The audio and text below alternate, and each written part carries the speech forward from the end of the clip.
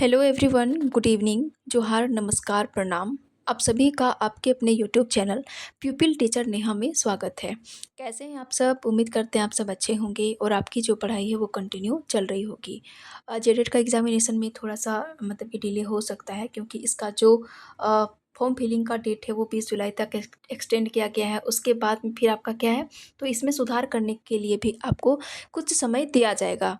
ठीक है, तो उम्मीद करते हैं कि अभी तक आप जेटेट का फॉर्म जो है वो फिलअप कर चुके होंगे और आपकी जो पढ़ाई है वो अब क्या ही बोले, आपका मतलब सिलेबस जो है वो 70 टू 75% आपका कंप्लीट होने को होगा। मैं आपसे उम्मीद यही करती हूँ, और नहीं है तो फिर आप जितना जल्द हो सके उतना जल्द आप अपना सिलेबस को कवर अप करने का प्रयास करेंगे, क्योंकि ये झारखंड है, यहाँ पर कभी भी आपको एग्जामिनेशन का डेट देखने को मिल जाएगा। इसके लिए हमें क्या करना है, तो हमें पहले से ही रेडी रहना है ना, हमें कमर कस के रहना है ताकि जब भी एग्जामिनेशन दे तो यहाँ पर मतलब हमारा क्लियर हो। अभी कुछ लोगों के मन में दुविधा है कि अरे एग्जामिनेशन तो होगा नहीं, एग्जामिनेशन कब होगा, एग्जामिनेशन कब होगा, है ना। वो चिल्ला रहे हैं, टेलीग्राम में चिल्ला रहे हैं, यूट्यूब में चिल्ला रहे हैं, उसके बाद में फिर आपका व्हाट्सएप में चिल्ला रहे हैं, बार बार मैसेज कर रहे हैं, कॉल कर रहे हैं कि एग्ज़ाम कब होगा, एग्ज़ाम होगा ही नहीं, आप क्यों पढ़ा रहे हो, आप क्यों पढ़ रहे हो। तो भाई साहब सुनिए, आपका एग्जामिनेशन होगा, 110% होगा। यहाँ पे आपको नेगेटिव नहीं होनी है। नेगेटिव होइएगा तो फिर आप पढ़ नहीं पाइएगा। ठीक है, अब जो आप ये जो चिल्ला रहे हो कि हम एग्जामिनेशन होगा, एग्जामिनेशन होगा, तो आप अपने आप को एनालाइज कीजिए यहाँ पर बैठ के कि क्या पता अगर एग्जामिनेशन इसी बीच में ले लिया जाए, है ना। जो जैसा जैसा अभी मतलब कि सिचुएशन जो चल रहा था उसमें बोला जा रहा था कि आपका 19 जुलाई या फिर 26 जुलाई को एग्जामिनेशन हो जाता। मान के चलिए आपका अगस्त में होने को है। ठीक है, अगस्त में मान के चलिए आपका 26 या 27 अगस्त को होगा एग्जामिनेशन, मान के चलिए हम एक आपको डेट दिए। अब आप हमको बताइए कि आपका मतलब कि अगर डेट दे दे उसी डेट में, तो क्या आपका क्लियर होगा? क्या आपका 90% मार्क्स, 90 प्लस मार्क्स यानी कि 60% प्लस मार्क्स आएगा? हाँ या ना, इसी हिसाब से आप एनालाइज कीजिए और ख़ुद को आप जितना हो सके उतना ज़्यादा आप अपने तैयारी को धार देते रहिए, ताकि जब भी एग्जामिनेशन हो तो आप यहाँ पर क्वालिफाई कर जाए। यहाँ पे आपको नेगेटिव बिल्कुल नहीं होना है, ऑलवेज बी पॉजिटिव, है ना। और हमेशा जब भी आप अपना एक स्कोर बनाओ तो आप हमेशा बनाइए कि हमको 120 प्लस लेनी है। नंबर कितना? तो 130 प्लस या फिर 120 प्लस, है ना। क्यों? क्योंकि देखिए, अगर आप ये चीज़ सोचिएगा ना कि हमको 90 नंबर लानी है, 90 नंबर लानी है, तो ये आप ना 90 नंबर से कुछ मतलब कि कम मार्क्स लाओगे। ये ना कभी कभी ना ये चीज़ होती है ना, हमेशा होती है। और देखिए, आप जितने बड़े की ख्वाब रखोगे आप उससे थोड़ा सा आपको कम मिलेगा, लेकिन आपको मिलेगा ज़रूर। अगर आप 130 या फिर 120 का आप टारगेट लेकर के चलते हैं और आप उसी हिसाब से आप मेहनत करेंगे, अगर आपका टारगेट बड़ा है तो आप टारगेट के हिसाब से मेहनत भी ज़्यादा करेंगे, तो यहाँ पे क्या होगा ना कि आप 90% मतलब कि क्या है ना कि 120 क्या आप 125 मार्क्स भी यहाँ पर सिक्योर अपना कर सकते हैं। बस सही दिशा में यहाँ पे हमारी मेहनत होनी चाहिए।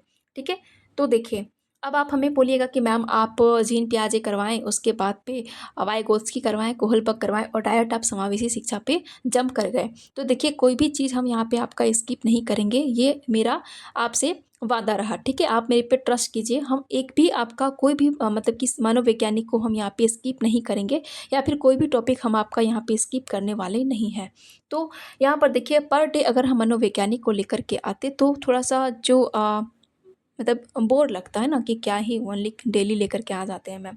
तो देखिए, आज हम क्या करेंगे, तो समावेशी शिक्षा की अवधारणा। मेरा आप हल्का सा अगर विश्वास करते हैं मेरे ऊपर, तो आप विश्वास कीजिए कि आपको हम बेहतर से बेहतर अपना मतलब ये कंटेंट देने का यहाँ पे हम प्रयास करेंगे आपको, खास करके समावेशी शिक्षा में यहाँ पे हम अपना बेस्ट से बेस्ट देने का प्रयास करेंगे। तो चलिए, आज की क्लासेस हम लोग स्टार्ट करते हैं। उससे पहले थोड़ा सा हम लोग समावेशी शिक्षा के बारे में हल्का सा प्रीवियस क्लासेज में हम लोग जान लेते हैं। अब देखिए, क्या है कि जब समावेशी शिक्षा, क्यों समावेश का अर्थ क्या होता है, तो समावेशन का अर्थ होता है सबको एक साथ मतलब कि मिलाना, सबको एक साथ मिलाना। कहने का आशय ये है कि हमारे समाज में हर एक प्रकार के, हर एक वर्ग के, हर एक मतलब कि क्या बोले कि हर एक प्रकार के दिव्यांग बच्चे भी यहाँ पर हमारे समाज में मतलब रह रहे हैं। उनको एक साथ एक कक्षा में यहाँ पर पढ़ाना। देखिए, ये हमारी जो समावेशी शिक्षा है वो तो ठीक है ना? जो समावेशी शिक्षा जब नहीं आई थी तो आरटीई 2009 से पहले हमारे बच्चों को किस प्रकार से शिक्षा दी जाती थी स्कूलों में? तो वहाँ थी इंटीग्रेटेड, क्या थी? तो इंटीग्रेटेड थी। इंटीग्रेटेड एजुकेशन में क्या होता है तो वो चीज़ देखिएगा। मान के चलिए ये मेरा क्या है तो ये मेरा कक्षा है। क्या है? कक्षा है ये मेरा। अब यहाँ पर हम क्या किए, यहाँ पर हम समाज के सामने में क्या करते हैं कि हाँ, यहाँ पे हमारे सारे बच्चे एक साथ पढ़ेंगे। लेकिन यहाँ पर देखिए, जब वो बच्चे क्लास में आते हैं तो उनको उनको या तो फिर इग्नोर कर दिया जाता है या फिर उनको एक साइड कोने में एक कोना पकड़ा दिया जाता है कि आप यहाँ पर बैठिए, है ना? उनके ऊपर ज़्यादा ध्यान केंद्रित नहीं किया जाता है। तो ऐसे में हमारा क्या फ़ायदा? हम इंटीग्रेटेड एजुकेशन अगर हम बच्चे को दे रहे हैं तो उसमें मेरा क्या फ़ायदा? अगर हम इसके इनके ऊपर हम इनको ध्यान ही नहीं दिए तो? फिर ठीक है, तो फिर इंटीग्रेटेड एजुकेशन को चेंज करके यहाँ पे समावेशी शिक्षा को लाया गया। तो अब देखेंगे समावेशी शिक्षा, इसकी मूल उत्पत्ति और अर्थ क्या होता है तो वो चीज़ देखिए। उत्पत्ति क्या है तो लैटिन भाषा के इनक्लूडिस, है ना? ये शब्द से बना हुआ है जिसका अर्थ है सम्मिलित करना। क्या है इसका अर्थ? तो सम्मिलित करना। और हमारा इंक्लूसिव एजुकेशन कौन सी भाषा से बना हुआ है, कौन सी भाषा से इसकी उत्पत्ति हुई है? तो ये हुई है आपकी लैटिन भाषा के इनक्लूडी से। क्या से? तो लैटिन भाषा के इनक्लूडी से। मूल सिद्धांत क्या है तो एजुकेशन फॉर ऑल। क्या है तो एजुकेशन फॉर ऑल, यानी कि सभी के लिए शिक्षा। प्रत्येक बच्चे को कुछ जन्मसिद्ध अधिकार प्राप्त है जिसमें से शिक्षा पाना सबसे प्रमुख अधिकार है। क्या है? तो हमारा शिक्षा पाना जन्मसिद्ध अधिकार है। अगर आप एक नॉर्मल बच्चे हैं, मतलब कि इस सेंस में नहीं, आईक्यू के लिए आईक्यू के सेंस में नहीं, मेरा सेंस कहने का अर्थ है कि अगर आप एक दिव्यांग बच्चे नहीं हैं तो आपको 6 से 14 साल तक की कितनी फ्री एजुकेशन दी जाएगी, है ना? अब देखिए यहाँ पर ये आपका क्या बताता था तो पीडब्ल्यूडी एक्ट जो है जब आया आपका, तो उस समय क्या था तो यहाँ पे दिव्यांग बच्चों के लिए 6 से 18 वर्ष तक इनको फ्री एजुकेशन यहाँ पर रखा गया। लेकिन जब एनईपी आती है तो उस समय यहाँ पर कितने से कितने वर्ष तक के बच्चों के लिए यहाँ बात करता है तो 3 से 18 साल तक के बच्चों के लिए यहाँ पर ये बात करता है। यानी कि उनका एनईपी का अर्थ क्या है, एनईपी हम लोग अच्छे से इसके बारे में भी डिस्क्राइब करेंगे। लेकिन एनईपी इसका संदर्भ क्या कहना चाहता है कि कोई भी बच्चे को आप 6 साल से नहीं, उनको आप प्री स्कूल, जो स्कूल होती है ना, जैसे इंग्लिश मीडियम में होती है ना नर्सरी वगैरह, तो उसी प्रकार आजकल अब क्या कर रहा है, अब क्या कर रही है हमारी गवर्नमेंट शिक्षा को बेहतर करने के लिए कि बच्चों को 3 साल से ही यहाँ पर उनको स्कूल में दाखिला करवा दिया जाता है और बच्चे खेल खेल के माध्यम से यहीं पर आपका किंडरगार्टन विधि जो है उनसे यहाँ पर खेल आधारित, उसके बाद में उनको यहाँ पर उनको छोटा छोटा प्रोजेक्ट दिया जाता है ना, जैसे कि मतलब बच्चा लोगों को बोलिएगा ऐसे यहाँ पे हम एजुकेशन दे सकते हैं कि यहाँ पर हम 1-2 गोला बना दिए, ठीक है, यहाँ पे हम 3 गोले बना दिए, 4 गोले, है ना? यहाँ पर हम बच्चों को क्या कहेंगे कि यहाँ पर 5 है लिखा हुआ, यहाँ पर 6 है, यहाँ पर 3 है और यहाँ पर 2 है। तो हमारे जितने भी बच्चे हैं हम उनको बोलेंगे कि 5 का आप ग्रुप बना लीजिए। तो यहाँ पर हमारे 5 बच्चे खड़े होंगे और हम किन्हीं कोई बच्चे को बोलेंगे कि आप 6 बच्चों का ग्रुप बनाइए, 6 लोग आप लोग आपस में खड़े हो जाइए इस गोले में। तो हमारे बच्चे क्या करेंगे तो 6 नंबर पे खड़े हो जाएंगे। कुछ बच्चे को बोलेंगे 3 तो वो 3 में खड़े होंगे और 2 बच्चे को बोलेंगे तो कोई भी 2 बच्चे यहाँ पर खड़े हो जाएंगे। इससे क्या होगा, हमारे बच्चे के अंदर जो है वो गिनती करने की एबिलिटी आएगी, है ना? गिनती गिनती सीखेगा। उसके बाद में फिर वो क्या है कि ग्रुप बनाना भी सीखेगा, है ना? अब उसको वो क्या है कि उसको हम गिनती तो सिखा दे रहे हैं 1 2 3 4 5, एडिशन को उसको सिखा दे रहे हैं कि 2 + 2 = 4। लेकिन इस प्रकार का अगर हम फन गेम को लाते हैं, फन गेम को अगर हम उससे इंट्रोड्यूस करवाते हैं तो हमारा बच्चा क्या है कि वो बहुत जल्द सीखेगा कि हाँ चलो 1 2 3 4 5, यानी कि 2 और 3 मिलके हम लोग कितना हो गया, यहाँ पे मेरा टोटल कितना हो गया। ये सब चीज़ों के माध्यम से हम बच्चों को सिखा सकते हैं, ठीक है? अब देखिए हम लोग थोड़ा-सा भटक गए थे। अब यहाँ पर क्या है, समावेशी शिक्षा का सूत्र आखिर क्या था तो वो चीज़ देखिएगा। यहाँ पर हमारे नॉर्मल यानी कि सामान्य, यानी कि नॉर्मल जो बच्चे होते हैं उनके साथ ऐसा नहीं है कि बस विकलांग बच्चों को हम शामिल कर दिए, बिल्कुल नहीं। सामान्य बच्चों के साथ जिनका आईक्यू लेवल क्या होता है, सामान्य का आईक्यू लेवल कितना होगा तो आप हमें ये बताइएगा कमेंट सेक्शन में, है ना, कि सामान्य बच्चों का आईक्यू लेवल कितना होगा। और उसके साथ आपका विशिष्ट या फिर प्रतिभाशाली, जिसको हम लोग क्या कहते हैं, तो गिफ्टेड बालक कहते हैं। तो गिफ्टेड बालक जो हमारा है तो उसका आईक्यू क्या क्या होगा, तो 140 प्लस इसका आईक्यू हो सकता है। साथ ही साथ आपका इकोनॉमिक विकर यानी कि आर्थिक रूप से जो हमारे कमज़ोर बच्चे हैं उनको हर एक साथ है ना, उनको एक प्रकार से एक ही जगह पे एक ही छत के नीचे उन्हें एजुकेशन दिया जाएगा, है ना। आप इसे याद रखिएगा, सामान्य बालक प्लस विशिष्ट या प्रतिभाशाली बालक प्लस आर्थिक रूप से कमजोर बालक इज इक्वल टू समावेशी शिक्षा।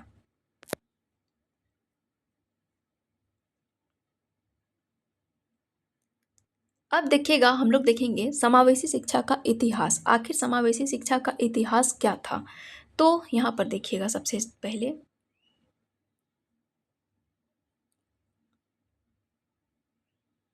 सबसे पहला बैठक होता है आपका 1990 में। कब, तो 1990 में। ये कहाँ होता है, तो ये थाईलैंड के जोमेसियन शहर पे होता है। कहाँ पर, तो जोमेसियन शहर पर। और जोमेसियन विश्व सम्मेलन जो होता है उसमें आपकी 50 देश भाग लेते हैं। और यहाँ पे इसका जो मुख्य निष्कर्ष निकलता है, यहाँ पर बैठक होता है कोई भी चीज़ का, जैसे आप पंच में बैठक करते हो तो आप वहाँ पर निष्कर्ष निकालते हैं ना कि हाँ फलाने चिलाने ढिमकाने को ये आपकी सजा दी जानी चाहिए। तो उसी प्रकार 1990 में जब जोमेसियन विश्व सम्मेलन होता है तो यहाँ पर 50 देश जब भाग लेते हैं तो यहाँ पे कुछ ना कुछ जरूर एक्टिविटी हुआ होगा। तो यहाँ से इसका मुख्य निष्कर्ष क्या निकलता है, तो वो चीज़ देखिए। यहाँ पर सभी के लिए शिक्षा के वैश्विक लक्ष्य को निर्धारित किया जाए, ठीक है। और ये मेरा फर्स्ट था, ये क्या था, फर्स्ट था। अब सेकंड क्या है, तो वो देखिए, इसमें बच्चा प्रौढ़ वृद्ध सभी के लिए शिक्षा की सुविधा। इनका कहना था कि यहाँ पे कोई भी आदमी हमारा कि इलिटरेट यानी कि अशिक्षित ना रहे, सभी शिक्षित हो, है ना। बच्चा भी, प्रौढ़ भी और वृद्ध भी, सभी के लिए शिक्षा की यहाँ पे बात की गई। ये तो बात हुई आपकी 1990 यानी कि ये जोमेसियन विश्व सम्मेलन ये फर्स्ट टाइम हुई। अब सेकेंड टाइम जब होता है 1994 स्पेन में, तब उस समय क्या होता है, तो वो चीज़ देखिए।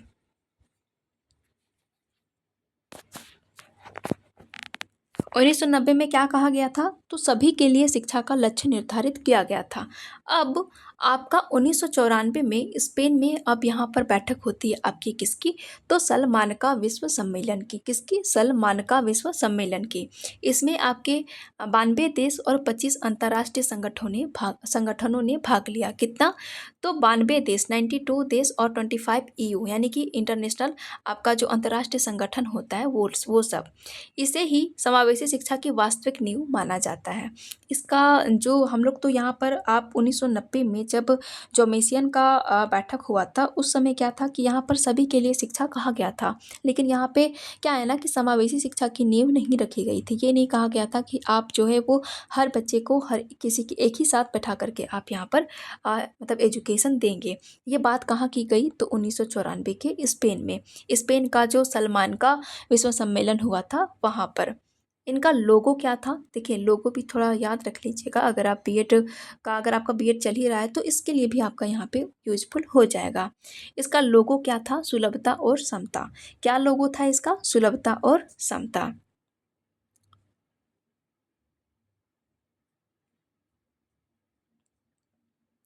अब आती है बात आपका 2003 में। अब इंडिया के संदर्भ में हम बात करते हैं, ठीक है। 2003 में जो हमारी मानव संसाधन विकास मंत्रालय है यानी कि ministry of human and resources development, ये जो मेरी मंत्रालय है भारत, वो क्या करती है, तो वो चीज़ देखिए। इसका नाम जो है ना अभी चेंज हो चुका है। मानव संसाधन विकास मंत्रालय का नया नाम क्या है, तो ये है आपका शिक्षा मंत्रालय। क्या है, तो शिक्षा मंत्रालय। और अभी इसके वर्तमान में आपके मंत्री कौन है, तो धर्मेंद्र प्रधान। कौन है, तो धर्मेंद्र प्रधान। और देखिए मानव संसाधन विकास मंत्रालय में क्या बताया गया, क्या कि दिया गया कि परिभाषा, वो चीज़ देखते हैं। सामान्य बच्चों के साथ साथ विकलांग विशेष आवश्यकता वाले बच्चों को एक साथ बैठाकर शिक्षा देना ही समावेशी शिक्षा है। अब यहाँ पर MHRD क्या कह रहा है कि सामान्य बच्चों के साथ, यहाँ पर सामान्य बच्चों के साथ आप क्या कीजिएगा, तो विकलांग बच्चों को साथ में बैठा करके यहाँ पे आपको समावेशी शिक्षा देनी है, सबको एक साथ बैठा के शिक्षा देनी है। ऐसा नहीं करना है कि आप जो हमारे विकलांग बच्चे हैं आप उन्हें मतलब स्किप कर दें, या फिर आप उन्हें इग्नोर करें, या आप उन्हें पढ़ाएं ही ना, या फिर ये कह दें कि आप पढ़ के क्या करोगे। बिल्कुल नहीं, ऐसा बिल्कुल नहीं करना है। आपको क्या करनी है कि आप यहाँ पर सामान्य प्लस विशिष्ट सभी के सभी बच्चों को एक साथ यहाँ पर बैठा करके शिक्षा दीजिएगा।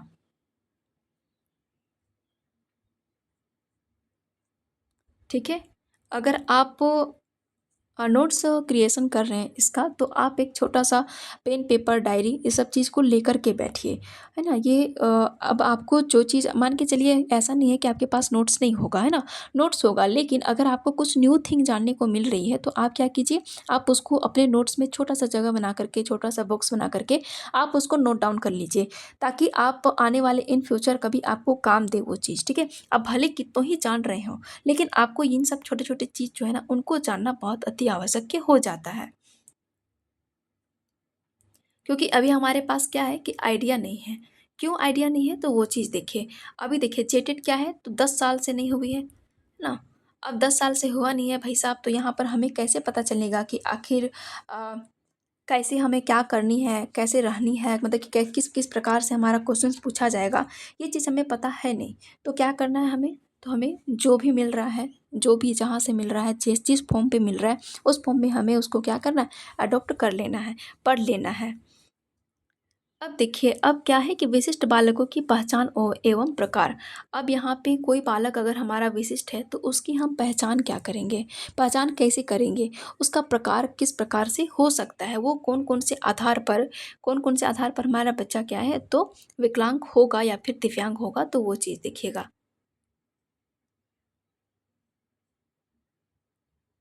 बौद्धिक आधार पर, है ना। बौद्धिक आधार पर क्या, तो प्रतिभाशाली बच्चे। प्रतिभाशाली बच्चे कहने का अर्थ क्या है, गिफ्टेड। गिफ्टेड में इसका आईक्यू जो होता है 140 प्लस होता है। पिछड़ा बालक यानी कि बैकवर्ड, मंद बुद्धि मेंटली रिटायर्ड, है ना। उसके बाद में फिर आपका है सृजनशील बालक यानी कि क्रिएटिव। और आपका फिफ्थ है अधिगम अक्षमता यानी कि लर्निंग डिसएबिलिटी। अब देखिए, अधिगम अक्षमता जो है वो क्या आपकी परमानेंट रहती है, तो नहीं। इन अगर हम अच्छे से एजुकेशन दें, और एजुकेशन के डर, एजुकेशन का जो डर होता है ना, उसके कारण ही इनका जो न्यूरोटिकल है ना, ये न्यूरोटिकल है, ये आपका समय के साथ साथ ये धीरे धीरे ठीक हो जाती है। जैसे कुछ कुछ बच्चे को देखिएगा कि डिसकैलकुलिया होता है, यानी कि वो जो बच्चे हैं ना वो क्या कर रहे हैं, तो मतलब कि ये क्या है, तो ये हमारा साइन है मल्टीप्लिकेशन का, लेकिन वो क्या कर रहे हैं, तो वो जोड़ दे रहे हैं। जैसे हम 4+3 दिए उसको जोड़ने के लिए, तो वो 12 लिख रहा है। या फिर 4 × 3 इसको हम दिए 12 करने के लिए, तो वो क्या कर रहा है, तो इसको 7 लिख रहा है। तो वो क्या है कि वो कैलकुलेशन यहाँ पे नहीं कर पा रहा है, तो वो क्या हो गया हमारा अधिगम अक्षमता। अब ऐसा नहीं है कि हमारा जो बच्चा है वो 4+3 = 7 लिख रहा है, तो ये हमारा बच्चा हमारा जब तक जीवित है तब तक करेगा, बिल्कुल नहीं। हमारा बच्चा यहाँ पर इसको अच्छे से सीख सकता है, अगर हम उसको सिखाना चाहें तो हमारा बच्चा ये सीख सकता है। ठीक है। बौद्धिक आधार पर हम बच्चे को कैसे पहचानेंगे, ये तो हम देख लिए। अब देखेंगे शारीरिक आधार पर।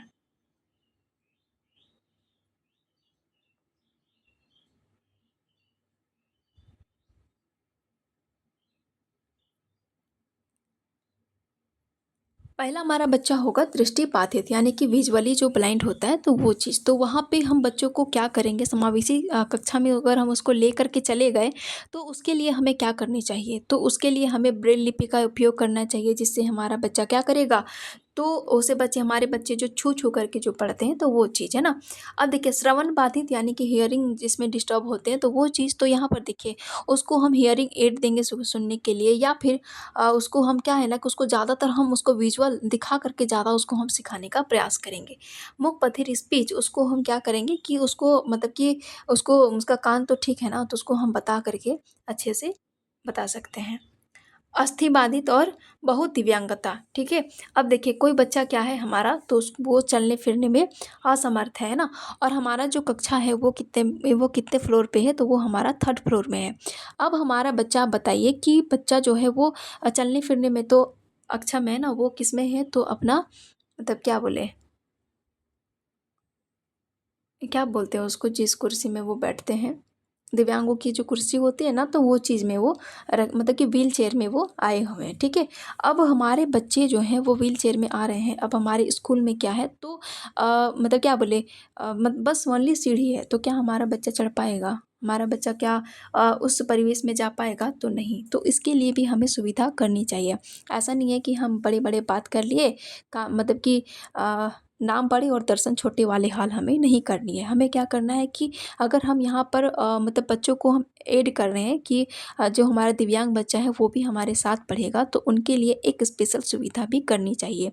लाइक अगर हम थर्ड फ्लोर में अगर हम या फिर सेकंड फ्लोर में अगर हम क्लासेस को ले रहे हैं, तो बच्चे के लिए हमें उपयुक्त रैंप की मतलब ये सुविधा करवानी। उसके बाद में उसके लिए हमें क्या है कि नहीं अगर इतना भी है तो हम बच्चों के लिए लिफ्ट लगा सकते हैं, और बच्चों के लिए एक विकलांग के लिए हम अलग अलग टॉयलेट सीट को बैठवा सकते हैं। इसमें क्या होगा कि बच्चा जो है वो हमारा यहाँ पर कंफर्ट, उसको भी एक कंफर्ट जोन लगेगा कि चलो स्कूल में भी हमको यहाँ पे कोई परेशानी ना हो पाए उसको। अगर मान के चलिए जो हमारे दिव्यांग बच्चे हैं, अगर उनके लिए हम रैंप की आवश्यकता मतलब कि सुविधा ना करें, तो क्या है कि वो चढ़ पाएँगे? बिल्कुल नहीं। अगर उसके लिए हम एक प्रॉपर टॉयलेट की व्यवस्था ना करें, तो उनको वहाँ पर प्रॉब्लम हो सकती है, ठीक है? तो ये हो गया शारीरिक आधार पर।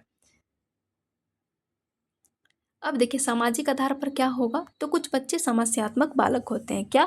तो समस्यात्मक बालक, और कुछ होते हैं बाल अपराधी, है ना? कुछ कुछ बच्चे को देखते हैं ना कि उनको सुधार गृह भेजा जाता है। तो क्यों भेजा जाता है? तो क्यों? क्योंकि वो थोड़ा सा ज़्यादा नटखट करते हैं, बदमाशी करते हैं, और जो कुकृत्य करते हैं उनको बाल सुधार गृह भेजा ही जाता है। उपवंचित वर्ग।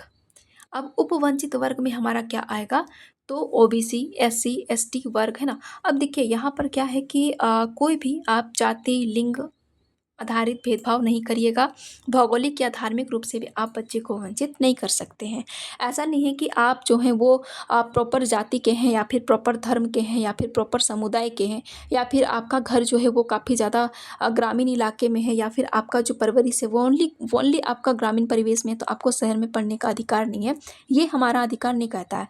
इंक्लूसिव अगर हमारा बच्चा देखते हैं ना कि हम शहर टाउन में पढ़ रहे हैं, और अगर हमारा बच्चा कोई गाँव देहात से भी आता है, तो उसको क्या है कि सरकार जो है ना वो 25% आरटी 2009 के तहत क्या है ना कि 25% जो इकोनॉमिकल वीकर होते हैं, उनको यहाँ पे 25% यहाँ पे रिजर्व है उनके लिए सीट। तो भाई आप यहाँ पर किसी को भी यहाँ पे आप डिस्क्रिमिनेट नहीं कर सकते हैं। आप जाति, लिंग मतलब कि और भौगोलिक और धार्मिक आधार पर ओबीसी, एसटी, एससी ये सब के मामले में भी आप यहाँ पर बच्चों को यहाँ पर आप अलग भेदभाव के नज़रिए से नहीं देख सकते हैं।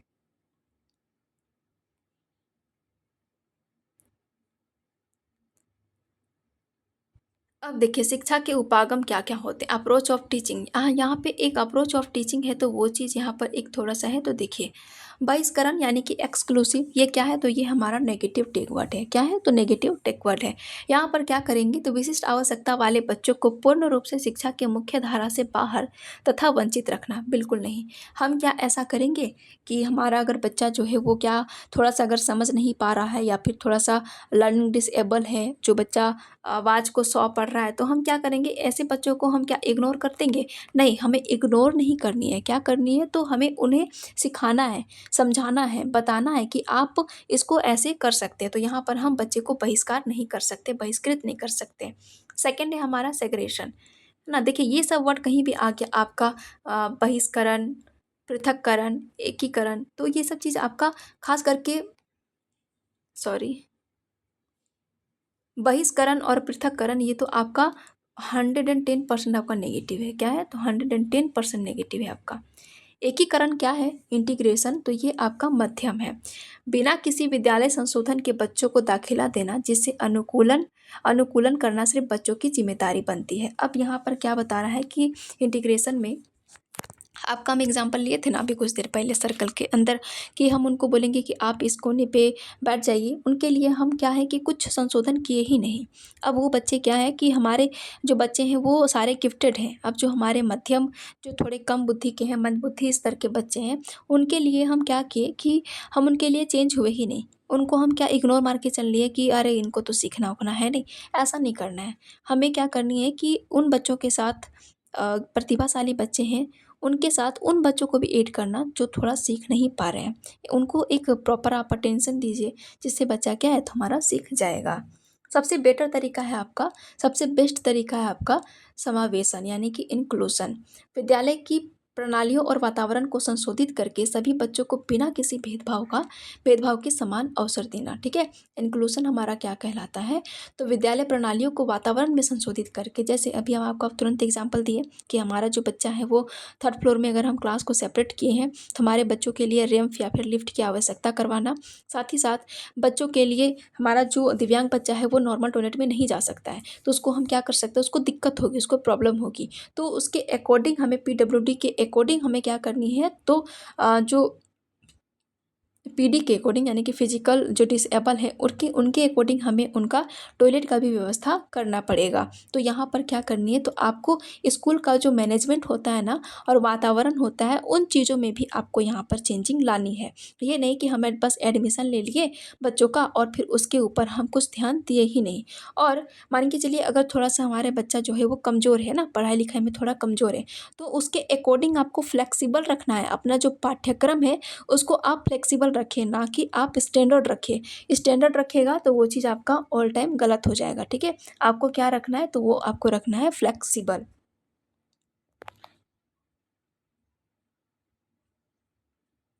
अब देखिए, सकारात्मक बनाम नकारात्मक रणनीति। अब यहाँ पर क्या कहा गया है कि पॉजिटिव और नेगेटिव हमारा टैग लाइन क्या होता है या फिर टैग वर्ड क्या होता है, तो वो चीज़ देखिए।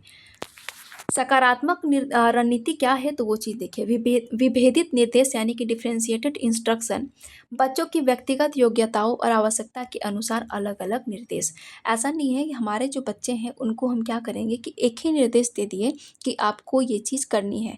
क्या पता हमारा जो बैक बेंचर है वो नहीं कर पा रहा है ना, और जो डिसेबल बच्चे हैं वो नहीं कर पा रहे, तो हम उनके लिए क्या करेंगे, तो अलग अलग यहाँ पर उनके अनुसार, जैसे हमारा बच्चा गिफ्टेड बच्चा, उसको थोड़ा सा कम अटेंशन का ज़रूरत है तो उसको हम थोड़ा सा कम अटेंशन देंगे तो चलेगा। लेकिन जिस जिस बच्चे को हमारी बहुत ज़्यादा आवश्यकता है, उस बच्चे को अगर हम अटेंशन देंगे तो क्या है कि वो बच्चा हमारा कुछ सीख जाएगा। तो क्या है कि उस व्यक्तिगत योग्यताओं और आवश्यकता के अनुसार अलग अलग निर्देश यहाँ पर दिए जाते हैं। सेकेंड है हमारा लचीला पाठ्यक्रम यानी कि फ्लेक्सिबल करिकुलम। आवश्यकता अनुसार बदलाव हेतु उपयुक्त। यहाँ पर क्या करनी है कि बच्चों के, यहाँ पर आपको कुछ नहीं करनी है ना, बच्चों के अनुसार ही आपको चलना है। जब तक आप सीडी पे बच्चों के अकॉर्डिंग नहीं चलिएगा, अपने दिमाग में ये चीज़ फिट नहीं कीजिएगा कि चाहे कुछ भी होए, साम होए, दाम होए, दंड होए, भेद होए, कुछ भी होए, लेकिन यहाँ पे हमें चलना किसके अकॉर्डिंग है, तो बच्चे के अकॉर्डिंग। अगर हमारा बच्चा क्या कर रहा है, पढ़ नहीं रहा है, अगर उसको इंटरेस्ट नहीं आ रहा है, आप उसको खेल के माध्यम से सिखाइए, लेकिन आप सिखाइए ना।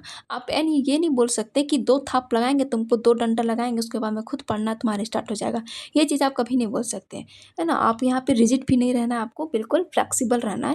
हमारा बच्चा बोला कि मैम या सर हमको नहीं पढ़ने का मन कर रहा है या फिर वो इंटरेस्ट नहीं हो रहे हैं, तो हमें क्या करनी है, खेल आधारित विधि अपना करके यहाँ बच्चों को सिखाना है। सुलभ वातावरण, अपॉर्चुनिटी एंड वेलकम, बच्चों का स्वागत, पहुंच और समान भागीदारी का अवसर प्रदान करना। यहाँ पर क्या करना है, बच्चों की स्वागत करना है ना, और किसी भी बच्चे को यहाँ पर मतलब कि हर एक बच्चा का यहाँ पे हमें वेलकम करना है। कोई किसी एक बच्चे को ये ना लगे कि सर या मैम हमको यहाँ पे डिस्क्रिमिनेट कर रहे हैं, डिस्क्रिमिनाइजेशन कर रहे हैं, यानी कि यहाँ पे हम अलगाव के भाव से देख रहे हैं, बिल्कुल नहीं। यहाँ पे आपको हर एक बच्चे को समान अवसर, समान पहुँच, हर कुछ यहाँ पे आपको देनी है। अब देखिएगा नेगेटिव रणनीति में क्या होती है, तो एक समान निर्देश यानी कि यूनिफॉर्म इंस्ट्रक्शन, सभी बालकों के लिए एक कठोर निर्देश शैली, है ना? ये चीज़ आप नहीं कर सकते, कठोर नहीं बन सकते। अब जिस समय हम पढ़ रहे थे, जिस समय हम लोग स्कूल में थे, उस समय क्या था कि मैम बोलती थी, अगर कोई हल्ला कर रहा है, कोई समझे या ना समझे, मुँह में हाथ रखो और जो पढ़ा रहे हैं वो पढ़ो, है ना? और लिटरली हमने ऐसा किया भी कि मुँह में हाथ रखती थी ऐसे में, और मेरा पूरा मुँह चुप, ठीक है? उसके बाद में मैम वहाँ पे बताते जाती थी और पढ़ाते जाती थी, आपको समझ आए या फिर ना आए।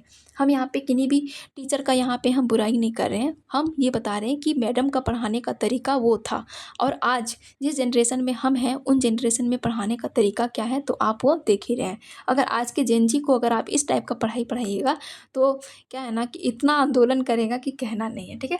अब देखिए मानकीकृत पाठ्यक्रम, स्टैंडर्डाइज्ड आपका करिकुलम, बिना किसी लचीलेपन का कठोर पाठ्यक्रम। अब देखिए यहाँ पर क्या कर रहे हैं आप, तो आप का बच्चा समझे या ना सीखे, सीखे या ना सीखे, समझे या ना समझे, बच्चा को अच्छा लग रहा है, बुरा लग रहा है, माहौल में ढल पा रहा है कि नहीं पा रहा है। अब आपको क्या करना है कि बस आपको सिलेबस पर मतलब कि अटल रहना है कि हमें सिलेबस जल्दी जल्दी जल्दी जल्दी कंप्लीट करवाना है। तो ये क्या होगा, तो ये हमारा कठोर कठोर को दिखा रहा है ना, कठोरता को दिखा रहा है। यहाँ बिना किसी लचीलेपन का कठोर पाठ्यक्रम को दिखा रहा है, जबकि हमें कठोर पाठ्यक्रम ना रख करके हमें लचीला पाठ्यक्रम रखनी है। अगर बच्चे का मन ना लगे, बच्चे का पढ़ने में दिल ना है, तो आप जा कर के आप उन्हें खेल माध्यम से सिखा सकते हैं। पृथक्करण, बच्चों को उसके दोष के आधार पर अलग कर देना। क्या है कि पृथक्करण में क्या करते हैं, तो बच्चों को उसके दोष के आधार पर हम अलग कर देते हैं, जो कि ये करना सही बात हमारे लिए नहीं होगी। अगर मान के चलिए कोई बच्चा हमारा जो है वो हल्ला कर रहा है, तो और उसको हम क्या करेंगे, अलग करेंगे नहीं, उसको हम साथ में ही रखेंगे, लेकिन उसको हम समझाएंगे कि बाबू, ज़्यादा बदमाशी करना, ज़्यादा हल्ला करना अच्छी बात नहीं है, आप अच्छे से पढ़ाई करो। उसको हम इंस्ट्रक्शन देंगे, उसको हम ज़्यादा अटेंशन देंगे, जिस वजह से वो क्या है कि ज़्यादा वो नटखट ना कर पाए। और पृथक्करण का ये भी अर्थ हो सकता है कि मान के चलिए आपके सारे कक्षा में आप जितने भी स्टूडेंट हैं, है ना, सारे स्टूडेंट हैं, 6 स्टूडेंट हैं, और एक 2-3 आपके दिव्यांग बच्चे हैं। आप उनको एक अलग बेंच में बैठा दिए, आप उनके साथ अच्छे से बिहेव नहीं कर रहे हैं, तो क्या होगा ये हमारा, तो ये हमारा हो जाएगा सेग्रेगेशन। क्या है, तो सेग्रेगेशन।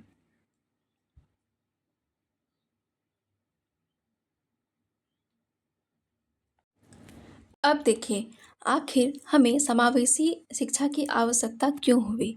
तो क्यों हुई भाई साहब? तो देखिए, पहला होगा हमारा जो सामान्य मानसिक विकास हेतु। यहाँ पर क्या है कि सामान्य मानसिक विकास हेतु होगा, उसके बाद में सामान्य एकीकरण हेतु, शैक्षिक एकीकरण हेतु, और समानता का अनुपालन करने के लिए, और दूरियों को मिटाने के लिए। क्या? तो दूरियों को मिटाने के लिए। अब देखते हैं ना कि समावेशी शिक्षा में जैसे हमारा समाज में भ्रांति बहुत किस्म की बनी हुई है। भ्रांतियाँ क्या क्या बनी हुई है, तो वो चीज़ देखिएगा। जैसे देखिएगा कि कोई बच्चा अगर दिव्यांग है, तो उसके साथ उनके नॉर्मल बच्चा है, उसके साथ उनके माँ-पापा उनको रहने नहीं देते हैं ना, बोलते हैं कि नहीं, इनके साथ आपको नहीं रहना है। तो क्या है कि मान के चलिए हम दोनों को एक ही क्लास में बैठा रहे हैं, एक ही बेंच पार्टनर दोनों को बना दिए। एक दिन वो लोग एक-दूसरे से मुँह ऐसे फेर सकता है, दूसरा दिन मुँह फेर सकता है, लेकिन 5वाँ 8वाँ दिन होते-होते उन दोनों में क्या होती है, तो गहरी मित्रता हो जाती है, ठीक है? तो क्या होगा कि ये दूरियाँ मिटाने का भी काम करती है। और आखिर इसकी उद्देश्य क्या थे? तो आत्मनिर्भर की भावना विकसित करना है ना बच्चों को। जब हम यहाँ पर हर एक बच्चों को एक जैसा हम मतलब कि प्रिटेंड करेंगे, एक जैसा हम बच्चों को मानना स्टार्ट करेंगे, तो हमारा बच्चा क्या है, तो अपने आप में सेल्फ कॉन्फिडेंट होएगा, है ना, कि हाँ, हमारे हमारे टीचर हमको इतने अच्छे बताते हैं, इतनी अच्छी हमारी मैम बताती है मुझे। तो क्या होगा कि बच्चा का जो दिमाग में है ना, जो जो कल तक हमारे बच्चे दिव्यांग बच्चे थे, वो ये सोच रहे थे कि पता नहीं हम सीख पाएंगे कि नहीं सीख पाएंगे, वही बच्चे आज क्या कर रहे हैं कि हाँ, इसको तो हम कर ले रहे हैं, इसको तो हम सॉल्व कर ले रहे हैं, है ना। जैसे हमारे लर्निंग डिसेबिलिटी वाले जो बच्चे थे, वो क्या था कि उनको डिसकैलकुलिया था, यानी कि वो जो है वो क्या करते थे, तो 4 × 3 = 7 लिखते थे, और 4 + 3 = 12 लिखते थे। तो इनको क्या था, तो ये कैलकुलेशन नहीं कर पाते थे। अब ये क्या कर रहे हैं, अब देखिए, अब उनको हम बहुत अच्छे तरीके से समझाएं, अच्छे तरीके से उसको हम एजुकेशन दिए, और बहुत अच्छे तरीके से उनको समझाने के बाद वो क्या कर रहे हैं, तो a+b² को यहाँ पर ये सॉल्व आउट कर रहे हैं, और इससे रिलेटेड ये प्रॉब्लम को सॉल्व कर रहे हैं। तो क्या होगा, तो बच्चे के अंदर एक जो यहाँ पे सेल्फ कॉन्फिडेंट है ना, तो वो चीज़ यहाँ पे उनका बिल्डअप होगा। और यहाँ पे सेकंड उद्देश्य हमारा क्या हो सकता है, तो सभी बालकों को शिक्षा की मुख्य धारा से जोड़ना। यहाँ पे हमारे समाज में क्या होता है कि देखते हैं ना कि कुछ बच्चे जो होते हैं वो पैसे के अभाव से भी, या फिर कुछ जो मतलब आप अभी तो हम लोग शहर टाउन में रह रहे हैं इसीलिए जान रहे हैं, लेकिन जब आप गाँव में जाओगे तो वहाँ पर देखोगे कि बहुत सारे ऐसे बच्चे हैं जिनके पास पोटेंशियल बहुत है। अगर उनको थोड़ा सा मतलब कि बूस्ट किया जाए, अगर उनको थोड़ा सा अगर मतलब क्या बोले कि सलाह दिया जाए, तो वो बहुत बेटर कर सकते हैं, वो बहुत अच्छा, उनका जो पोटेंशियल है ना, उससे भी अच्छा वो बहुत बेटर कर सकते हैं। लेकिन उनको क्या है कि उनको कोई शिक्षा का मुख्य धारा से जोड़ा ही नहीं है। तो हमें क्या करनी है, बिना किसी जातिगत भेदभाव, लिंग भेदभाव, है ना, ऐसा नहीं है कि आप लड़की हैं तो आप नहीं पढ़ सकते हैं। देखिएगा, एक घर में क्या है, तो एक घर में हमारी गीता है, ठीक है, इसका भाई राम है। राम जो है वो डेली पर डे स्कूल जाता है, जबकि गीता जो है वो क्या कर रही है, तो ये बेचारी जो है वो घर में ही खाना-पीना बना रही है और अपनी मम्मी का हेल्प करा रही है। लेकिन राम जब जो है ना, ये राम जो है इसको वो चुपके से वो हेल्प करता है, किसका? तो गीता का। अब देखिए राम क्या कर रहा है, तो इसको चुपके से हेल्प कर रहा है, जिसकी वजह से ये गीता क्या कर रही है, तो बहुत अच्छा कर ले रही है। और जब ये जो गीता है वो क्या करेगी, तो देखिए जब ये राम जो जब नहीं पढ़ेगा, उस समय क्या है कि राम से भी इसका बहुत अच्छा पोटेंशियल बन गया। क्यों? क्योंकि राम उतना पढ़ाई में ध्यान नहीं दे रहा था, जबकि गीता क्या कर रही थी, तो पढ़ाई में पूरा कंसिस्टेंट थी, ठीक है। अब यहाँ पर हमें क्या करनी है, तो यहाँ पर हम गीता को भी अगर स्कूल में यहाँ पे दाखिला करवाएं, तो ये बहुत अच्छा अपनी जगह में कर सकती है। और अ, और नेक्स्ट क्या होगा, हमारा नेक्स्ट पॉइंट क्या हो सकता है कि विशेष आवश्यकता वाले बच्चों या फिर बालकों के बारे में जो समाज में जो भ्रांतियाँ हैं, उनको दूर करना। अब देखते हैं ना कि कोई-कोई बच्चे जो हैं वो थोड़ा-सा लंगड़ाते हैं या फिर थोड़ा हकलाते हैं, तो उनके साथ माँ-बाप दोस्ती तो करने क्या, खेलने भी नहीं देते हैं। तो उन वो चीज़ जब हम स्कूल में एक साथ उनको पढ़ाएँगे, एक साथ अगर उनको हम बैठाएँगे, तो क्या हो जाएगा कि अ, दोनों दोनों जो हमारे बच्चे हैं वो काफ़ी अच्छे मित्र बन जाएँगे, और ये जो भ्रांति बना हुआ है समाज में, वो भ्रांति हमारा टूटेगा, ठीक है? तो ये था हमारा समावेशी शिक्षा। एक बार फिर से हम लोग एक बार देखते हैं।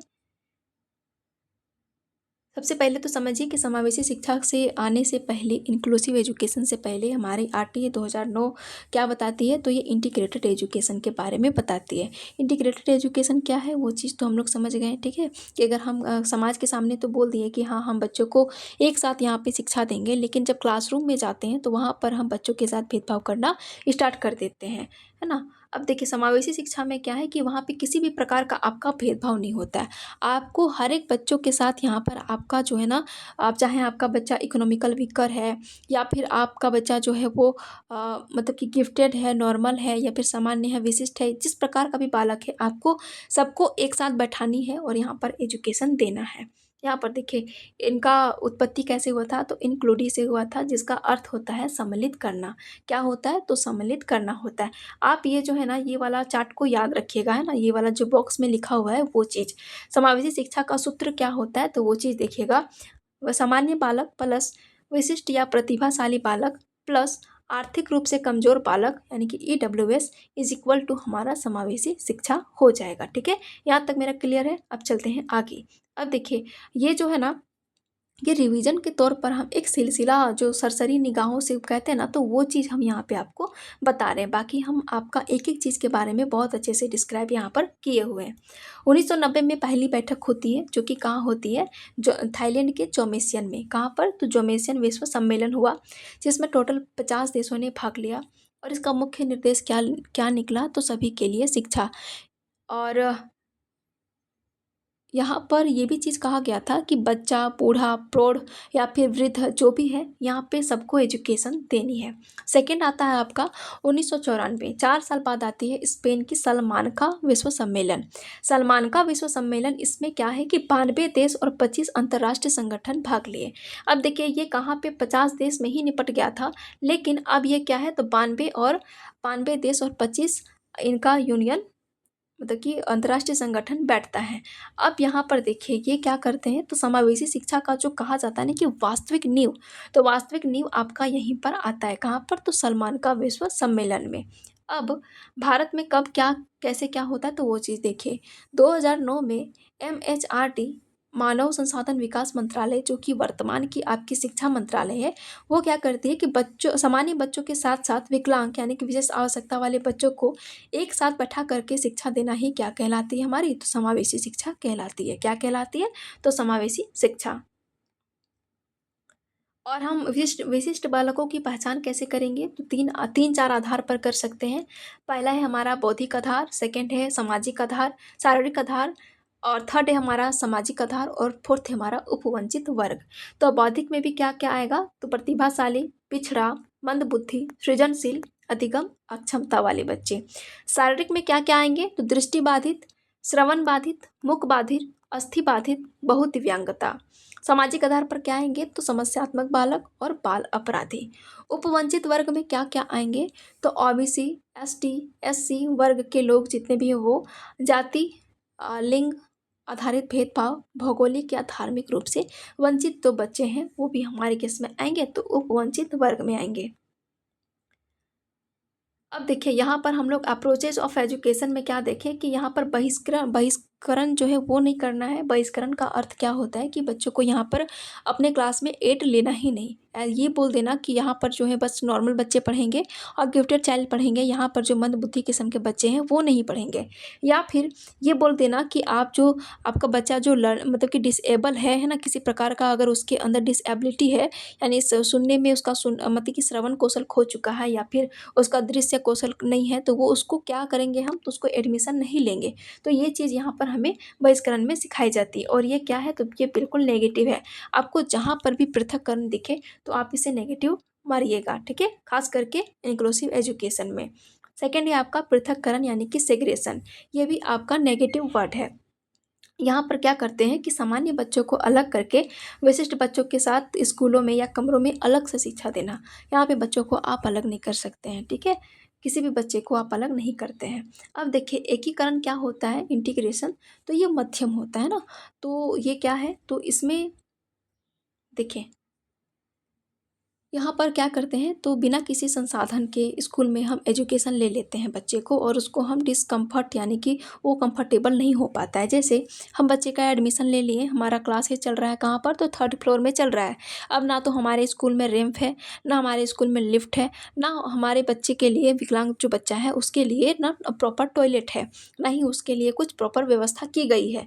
तो हम ये क्या किए, तो बच्चे को हम इंटीग्रेशन के अंडर रखते हैं। अब देखिए, अब सबसे बेस्ट तरीका आता है हमारा समावेशन, इंक्लूसन। यहाँ पर क्या है कि विद्यालय प्रणाली, यहाँ पर कक्षा को तो आप एक साथ बच्चों को बैठा ही रहे हैं, साथ ही साथ आपको कक्षा की जो प्रणाली है और स्कूल का जो वातावरण है आप उसको भी चेंज करोगे ना। आप जो है स्कूल के अकॉर्डिंग, आप बच्चों के अकॉर्डिंग वहाँ पे क्या है कि जो पीडब्ल्यू जो हमारे बच्चे हैं, तो उनको क्या कीजिएगा, तो आप उनके लिए एक अलग से टॉयलेट का, सेपरेट टॉयलेट की व्यवस्था करवाइएगा। उनको मतलब कि चढ़ने उतरने में कोई प्रॉब्लम ना हो, जिसलिए उनको क्या करवाना है, तो उनको सीढ़ी सीढ़ी के जगह रैंप की व्यवस्था करवानी है या फिर आप लिफ्ट का भी यहाँ पर प्रयोग करवा सकते हैं। अब देखिए यहाँ पर रणनीतियों को भी देख लेते हैं एक बार हम लोग रिवीजन सरसरी निगाह पे। तो विभेदित नहीं देना है, विभेदित देना है, विभेदित निर्देश यानी कि हर एक बच्चा का एक एबिलिटी नहीं होता है। ऐसा नहीं है कि जितना हम मतलब सीख रहे हैं, जितना मेरे पास नॉलेज है उतना दूसरों के पास भी होगा, बिल्कुल नहीं। या फिर जितना दूसरों के पास है उतना मेरे पास नॉलेज है, बिल्कुल नहीं। हम क्या है, तो हम एक मध्यम मतलब कि काफ़ी ज़्यादा एवरेज स्टूडेंट हैं और आप क्या हैं, तो आप क्या हैं, आप जो हैं वो काफ़ी गिफ्टेड स्टूडेंट हैं। तो आपको अगर गिफ्टेड स्टूडेंट है तो आपका जो अटेंशन है, आप पे टीचर का अटेंशन अगर थोड़ा कम भी रहे तो चलेगा, लेकिन मेरे ऊपर जो है टीचर का अटेंशन बहुत ज़्यादा होना चाहिए। क्यों? क्योंकि हम एक मध्यम बुद्धि के स्टूडेंट हैं। लचीला पाठ्यक्रम, यहाँ पर क्या करना है कि आवश्यकता हेतु बदलाव ज़रूरी है। साथ ही साथ सुलभ वातावरण का भी निर्माण करना। और नकारात्मक में क्या होगा, तो यूनिफ़ॉर्म यूनिफ़ॉर्म इंस्ट्रक्शन, यानी कि यहाँ पर एक समान निर्देश देना चाहिए, चाहे हमारा बालक सीखे या ना सीखे, ठीक है? तो ये चीज़ हमें नहीं करनी है। मानकीकृत पाठ्यक्रम, स्टैंडर्डाइज्ड आपका करिकुलम ना, बिना लचीलापन का कठोर पाठ्यक्रम, ये भी चीज़ नहीं होनी चाहिए। साथ ही साथ सेग्रेगेशन यानी कि पृथक्करण, बच्चों को उसके दोष के आधार पर अलग कर देना, है ना? अब कोई बच्चा जो है हमारा चल नहीं पा रहा है, बैसाखी लेकर के चल रहा है, व्हील चेयर पर चल रहा है, तो उसको हम अलग नहीं कर सकते। हम उनको अपने साथ बैठा करके, है ना, बहुत अच्छे तरीके से हम उन्हें पढ़ा सकते हैं।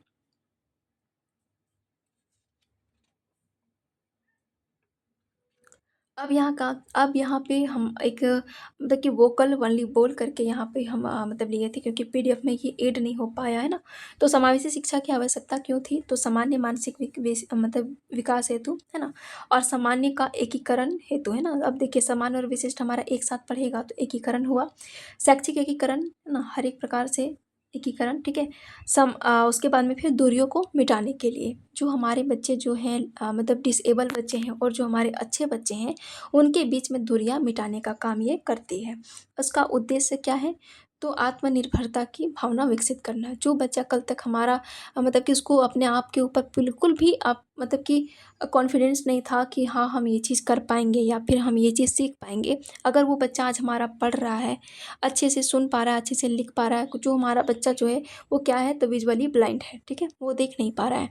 अब उस बच्चे को क्या करें हम, तो उसको हम ब्रेल लिपि की सहायता से पढ़ाना स्टार्ट किए, उसको हम गाइड करना शुरुआत किए। अब हमारा बच्चा क्या है कि उसको कहीं न कहीं वो बहुत ज़्यादा अंदर से खुश होगा, क्यों? क्योंकि जो चीज़ वो कल्पना भी नहीं किया था, वो चीज़ अब इसको मिल रहा है। और सभी बालकों को शिक्षा की मुख्य धारा से जोड़ना, कोई भी बालक जो है वो हमारा वंचित वर्ग का भी है और कोई भी वर्ग का है, वो हमारा मुख्य धारा से जुड़ पाए। और देखिए, ऐसा नहीं है कि हमारा जो बड़ा-बड़ा स्कूल होता है, उसमें गरीब बच्चे के लिए या फिर ईडब्ल्यूएस बच्चों के लिए वहाँ पर कोई प्रावधान नहीं होती है। आपका 25% जो होता है ना, वो मतलब ईडब्ल्यूएस बच्चों के लिए यहाँ पे रिज़र्व होता है। और विशेष आवश्यकता वाले बच्चों के बारे में भी कुछ भ्रांतियाँ समाज में फैली होती हैं कि आप उसके साथ बैठिएगा तो आपको भी ये सब चीज़ें हो जाएगी। और माता-पिता, इंडियन पेरेंट्स भी ऐसे ही करते हैं ना, कि जो बच्चे थोड़ा-सा डिसेबल हैं उनके साथ बच्चों को खेलने भी नहीं दिया जाता है। और अगर हम स्कूल में आकर के बच्चों को एक साथ बैठाने लगे, एक साथ अगर उनको हम प्रिटेंड करने लगे, तो फिर क्या है कि बच्चों के बीच में जो दूरियाँ हैं ना, वो चीज़ यहाँ पे कम हमारी हो जाती है। ठीक है?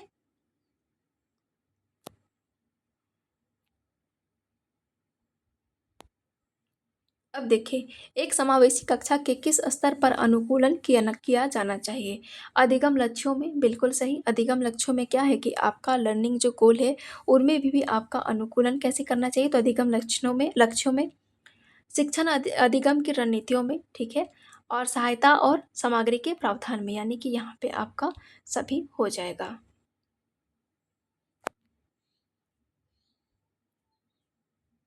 यहाँ पे बस आपका डेमो के तौर पे आपका 1-2 क्वेश्चंस है, उसके बाद में आपका यहाँ पर एक सेपरेट वीडियो आएगा एमसीक्यू के थ्रू, है ना? ताकि जितना भी आपका बोलते हैं ना कि खोटा में कहते हैं ना कि छूटल काढ़ल, तो उसी प्रकार से आपका समावेशी में जितना भी छूटल काढ़ल क्वेश्चन है ना, उन सभी को यहाँ पर करवा दिया जाएगा।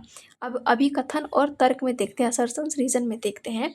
विविधता और समावेश के द्वारा कक्षा शिक्षण और अधिगम में व्यापक सुधार होता है। क्या होता है? अब देखिए, विविधता यहाँ पर हमारे बच्चे जब आते हैं तो क्या है कि समावेशी एजुकेशन में क्या है कि हमारे जो बच्चा आ रहा है तो वो मतलब आदिवासी समुदाय का भी आएगा, तो सदान बच्चे भी आएँगे और हर एक प्रकार का बच्चा यहाँ पर आएगा। तो यहाँ पर क्या है कि विविधता और समावेशन द्वारा कक्षा शिक्षण को अधिगम व्यापक रूप में सुधार होता है। क्या ये हमारा सही है? तो बताइए। ये हमारा सही है, ठीक है? यहाँ पे क्या होता है, एक अधिगम में व्यापक सुधार यहाँ पर होता है। विविध परिस्थितियों में संवाद में संलग्न होना बच्चों की समालोचनात्मक और रचनात्मक सोच में बाधा डालता है। अब देखिए, अब क्या है कि हम यहाँ पर बच्चों को मल्टीपल आपका विविध तरीके से विविधता भरे पूर्ण मतलब कि माहौल में रखेंगे।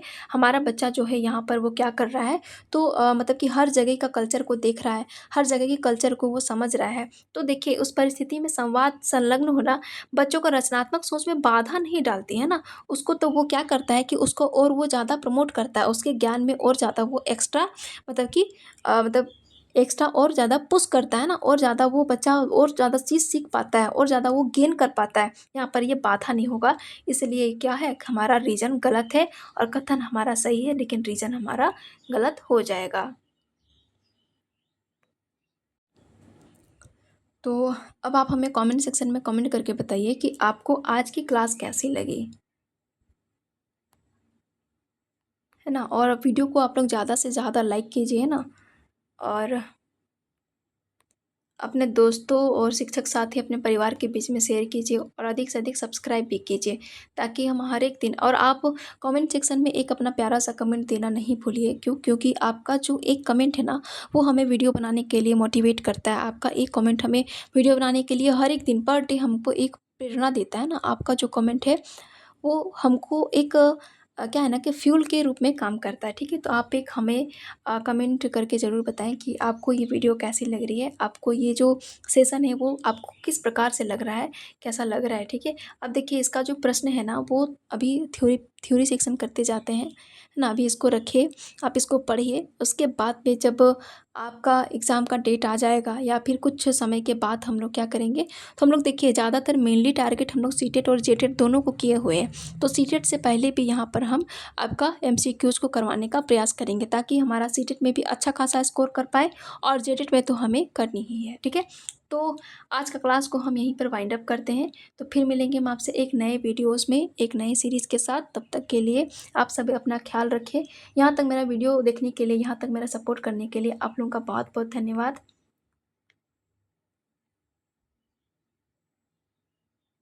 Good night, bye bye, take care.